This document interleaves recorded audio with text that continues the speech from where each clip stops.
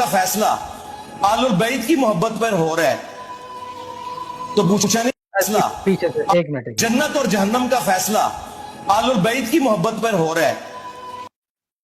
جھوٹ، سراسر جھوٹ.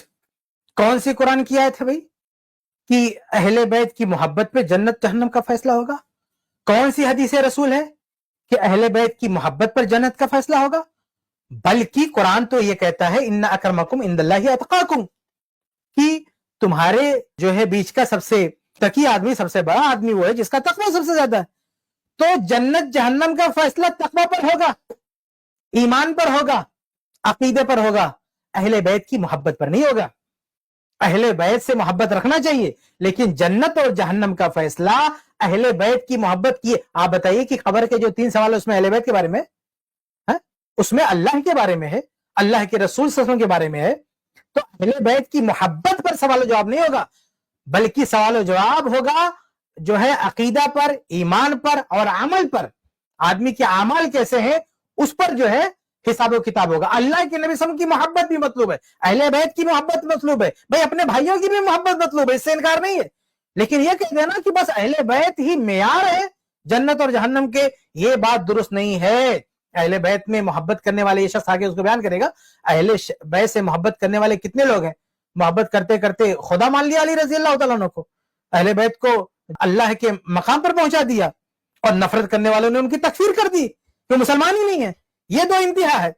تو جو شخص اس طرح کی ٹپنی کرے گا اس کا معاملہ خراب ہوگا کہ محبت میں اتنا آگے بڑھ جائے یا نفرت میں اتنا آگے بڑھ جائے کہ تکفیر کر دے، یا محبت میں اتنا آگے بڑھ جائے کہ الوہیت کا مقام دے دے، تبھی اس کا معاملہ بگڑے گا. لیکن جو شخص صحابہ کرام کے درجات کو مانتے ہوئے اور ایک صحابی کی حیثیت سے، اہل بیت کی حیثیت سے محبت کرے گا، اس کا کوئی معاملہ نہیں ہوگا.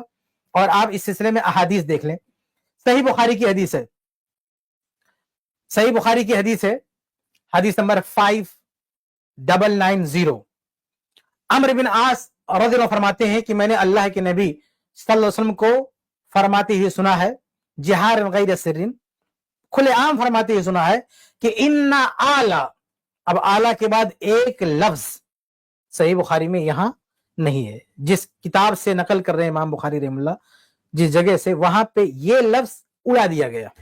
تو امام بخاری بھی اس لفظ کو یہاں پہ نہیں لا رہے ہیں، وہ ایسے ہی بیان کر رہے ہیں. کیا کہتے ہیں؟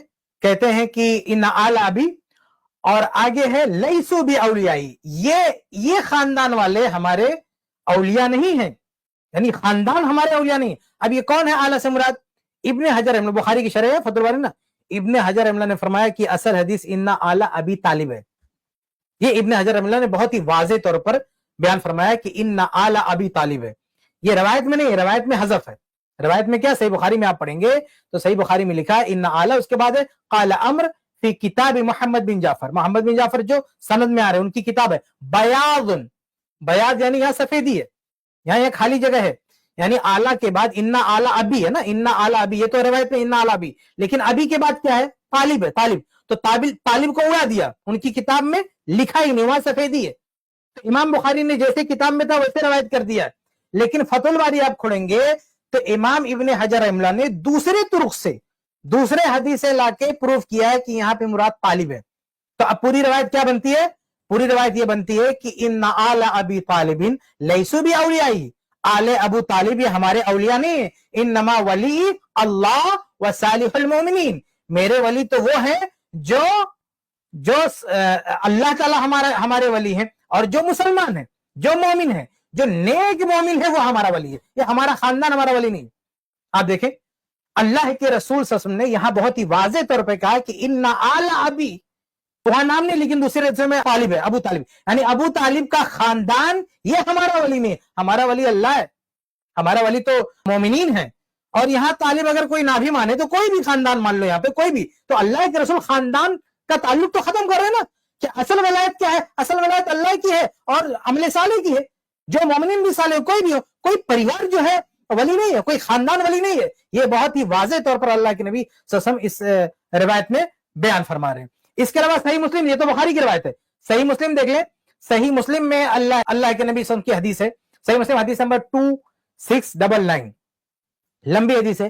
اس کے اخیر میں ہے من بطأ به عمله لم يسر به نسبه، کہ جس کا جو عمل کے حساب سے سست ہو، من بطأ به عمله، جس کے اعمال سست ہو، لم یسر به نسبه، تو نسب اسے آگے نہیں بڑھا سکتا. اگر اعمال نہیں ہے تو نسب اسے آگے نہیں بڑھا سکتا. یہ صحیح مسلم کی حدیث ہے، فؤاد عبد الباقی کی ترکیم کے مطابق، حدیث نمبر 2699. تو اللہ کے نبی صلی اللہ علیہ وسلم نے صحیح مسلم کی حدیث میں بھی یہ بہت ہی واضح طور پہ کلیئر کر دیا کہ اگر کسی کا عمل سست ہے، عمل کے حساب سے کمزور ہے، بالکل آخری لائن میں آپ دیکھیں گے حدیث جہاں اینڈ ہو رہی ہے، آخری سطر میں بہت واضح طور پر ہے، من بطأ به عمله لم یسر به نسبه. عمل اگر آپ کا نہیں ہے تو آپ کا خاندان آپ کو نہیں بچا سکتا ہے. تو بخاری کی روایت میں بھی کہہ دیا کہ خاندان کے بیس پہ ولایت نہیں ہے، اور صحیح مسلم کی حدیث میں، بخاری مسلم کی متفق علیہ، بخاری مسلم دونوں حدیثوں میں بات آ گئی کہ خاندان کی بنیاد پر فیصلہ نہیں ہوگا، فیصلہ عمل کی بنیاد پر ہوگا. بھائی عمل صالح جس کی بنیاد، اور یہ شخص کہہ رہا نہیں اہل بیت کی محبت پر فیصلہ ہوگا جنت و جہنم کا، جبکہ اللہ کے رسول کہہ رہے ہیں خاندان پہ نہیں فیصلہ ہوگا. بھائی اہل بیت سے محبت کا یہ مطلب نہیں ہے کہ اہل بیت اگر قرآن و حدیث کے خلاف کوئی فتویٰ دے دیں تو اس کو بھی آپ مان لو. آپ دیکھیں کتنے فتاوی ہیں علی رضی اللہ تعالیٰ عنہ کے جو چاروں مذاہب والے بھی نہیں مانتے، یعنی بہت سارے لوگ نہیں مانتے علی رضی اللہ، بلکہ یہ خود علی مرزا نہیں مانتا. علی رضی اللہ نماز میں ہاتھ باندھ کے پڑھتے تھے، صحیح سند سے اسے ثابت ہے، میری کتاب ہے انوار البدر، اس میں میں نے پروف کیا ہے کہ علی رضی اللہ تعالیٰ عنہ ہاتھ باندھ کے نماز پڑھتے تھے. اس میں اختلاف کیا ہے؟ اہل حدیث کہتے ہیں وہ سینے پہ باندھتے تھے، حنفی کہتے ہیں وہ ناف کے نیچے باندھتے تھے. لیکن اس پر تو سب کا اتفاق ہے، پوری امت کا اتفاق اور اجماع ہے کہ علی رضی اللہ عنہ ہاتھ باندھ کے نماز پڑھتے تھے، اس پر اتفاق ہے. لیکن یہ بدبخت جو ہے سب کو سکھا رہا ہے نہیں ہاتھ چھوڑ کے نماز پڑھنا، ہاتھ چھوڑ کے نماز پڑھنا. تو یہ بھی نہیں ماننا، علی رضی اللہ کے سارے فتاووں کو یہ بھی نہیں ماننا.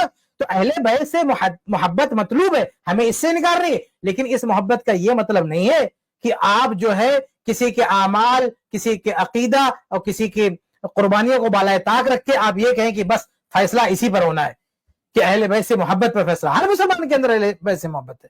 مسئلہ وہاں بھی کرتا ہے جب آدمی محبت میں غلو کہہ کے اللہ علی رضی اللہ کو الوہیت کے مقام پر پہنچاتا ہے یا تنقیص کہہ کے تکفیر کرتا ہے. اچھا آگے سنتے ہیں کہ یہ صاحب کیا فرما رہے ہیں. نہیں جائے گا.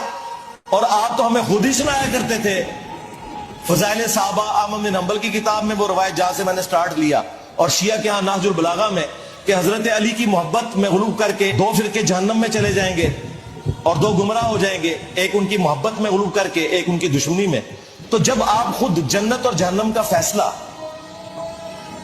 سیدنا علی اور اہل البیت کی محبت پہ کرتے تھے، اس وقت کوئی نہیں کرتا تھا. کون کہتا تھا کہ اہل بیت کی محبت پر جنت جہنم کا فیصلہ؟ یہ جو حدیث کوٹ کر رہا ہے یہ شخص، اس حدیث میں تو ان لوگوں کے لیے وارننگ ہے. اچھا یہ علی رضی اللہ کا اپنا قول ہے، یہ علی رضی اللہ تعالیٰ عنہ کا اپنا فرمان ہے، کوئی مرفوع حدیث نہیں ہے، یہ اللہ کے رسول صلی اللہ علیہ وسلم کا فرمان بھی نہیں ہے. یہ جو پیش کیا نا، آپ دیکھیں سن لیجیے کیا کہتا ہے، سن لیجیے آپ پھر سے سن لیتے ہیں. یہ جو پیش کر رہا ہے اس کے الفاظ بھی سن لیتے ہیں. اور 2 گمراہ ہو جائیں گے، ایک ان کی محبت میں غلو کر کے، ایک ان کی دشمنی. شیعہ کے ہاں نہج تو پوچھا نہیں جائے گا. اور آپ تو ہمیں خود ہی سنایا کرتے تھے فضائل صحابہ احمد بن حنبل کی کتاب میں، وہ روایت جہاں سے میں نے سٹارٹ لیا، اور شیعہ کے ہاں نہج البلاغہ میں، کہ حضرت علی کی محبت میں غلو کر کے 2 فرقے جہنم میں چلے جائیں گے. دیکھ رہے ہیں چوری، دیکھیں اس کی مکاری. یہ روایت پڑھ رہا لیکن یہ نہیں بتا رہا کہ یہ کس کا جو ہے فرمان ہے، کوئی مرفوع حدیث ہے یا جو ہے موقوف روایت ہے. یہ اس کو پورا بتانا چاہیے. یہ علی رضی اللہ تعالیٰ عنہ کا جو ہے قول ہے، ان کا فرمان ہے. اور یہ فرمان ان لوگوں کے لیے ہے جو علی رضی اللہ تعالیٰ عنہ کی شان میں غلو کر کے ان کو الوہیت کے درجے پہ پہنچاتے ہیں، جیسے عبداللہ بن سبا، اس کی پارٹی جس کا یہ حمایت کرتا ہے، اور دوسرے خوارج جو ان کی تکفیر کرتے ہیں. تو آپ دیکھیے یہ 2 گروپ ہو گئے نا، ایک گروپ انہیں الوہیت کے مقام پر پہنچا رہا ہے اور دوسرا ان کی تکفیر کر رہا ہے. یہ بندہ انہی دونوں میں سے کسی ایک کی طرف لوگوں کو ڈھکیل رہا ہے. جس انداز سے یہ لیکچر دیتا ہے، جس انداز سے ذہن سازی کرتا ہے لوگوں کی، تو اس کے سننے والے 2 میں سے کسی ایک کی طرف جاتے ہیں. یا تو علی رضی اللہ کی شان میں غلو کرتے ہیں یا پھر علی رضی اللہ کی شان میں تنقیص کرتے ہیں. وہ علی رضی اللہ کے ساتھ وہ معاملہ جو ان کا حق ہے، وہ محبت جیسی ان سے کرنی چاہیے، وہ اس طرح سے نہیں کرتے. دیکھیں اللہ کے نبی صلی اللہ علیہ وسلم نے اپنے بارے میں کہتے ہیں نا، صحیح بخاری کی روایت ہے کہ میری محبت میں اس طرح سے غلو مت کرو جس طرح سے عیسائیوں نے عیسیٰ علیہ السلام کے بارے میں غلو کیا، ان کو ان کے مقام سے بڑھا دیا.